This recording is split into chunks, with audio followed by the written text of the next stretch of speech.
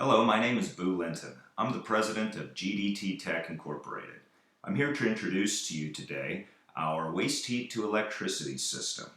Now, our system operates at landfills where natural gas is converted into electricity. Later, our Chief Technical Officer, Ralph Horn, will explain the detailed process. This site in this video is the actual location where the pilot operation ran for several years without a single mandatory shutdown other than scheduled maintenance. It's our company's goal to have several of these types of locations throughout California within the next 3 years. Mr. Ralph Horn, our Chief Technical Officer and founder of the technology, will now describe in detail how the system works.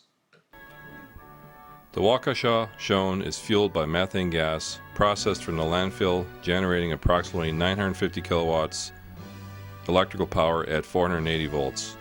The engine is twin turbocharged with an exhaust temperature of approximately 750 degrees F.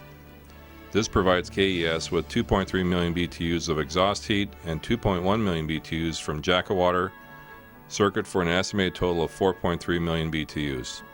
The oil and intercooler are separate circuits and not currently providing any waste heat. The Jackawater heat is diverted from the engine and fed into the exhaust gas heat exchanger, which diverts the exhaust heat through a three-way diverter valve. The exhaust heat's 2.3 million BTUs is absorbed into Jackawater circuit, which raises the water temperature 7 degrees F while reducing the exhaust temperature from 750 degrees F to approximately 310 degrees F.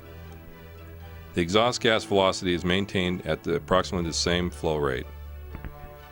The Jackawater with the elevated exhaust heat is directed to the refrigerant boiler, or evaporator as someone might compare it to, wherein the heat from the engine is exchanged with the refrigerant, which converts the refrigerant from a liquid state to a heated, pressurized gas.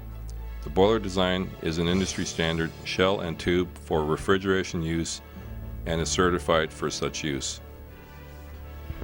Returning to the beginning of the circuit, the receiver holds the liquid refrigerant in an elevated position from the floor.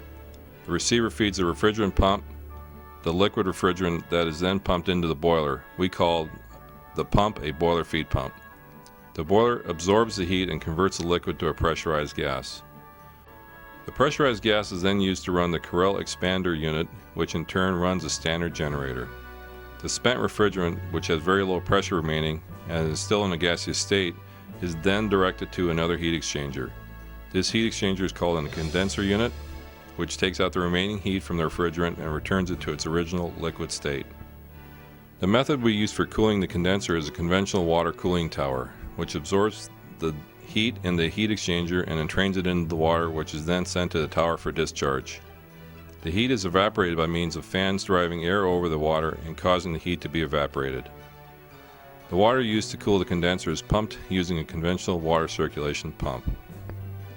When the refrigerant is returned to a liquid state in the condensing unit, the refrigerant returns to the receiver by means of a gravity-run return line. The controls for the KES unit are housed in a standard MCC unit, Machine Control Center. The main switchgear for the power produced is routed through the switchgear, along with the ability to read power being generated and power consumed for operating the KES unit. Power and parasitic meters are installed in this system.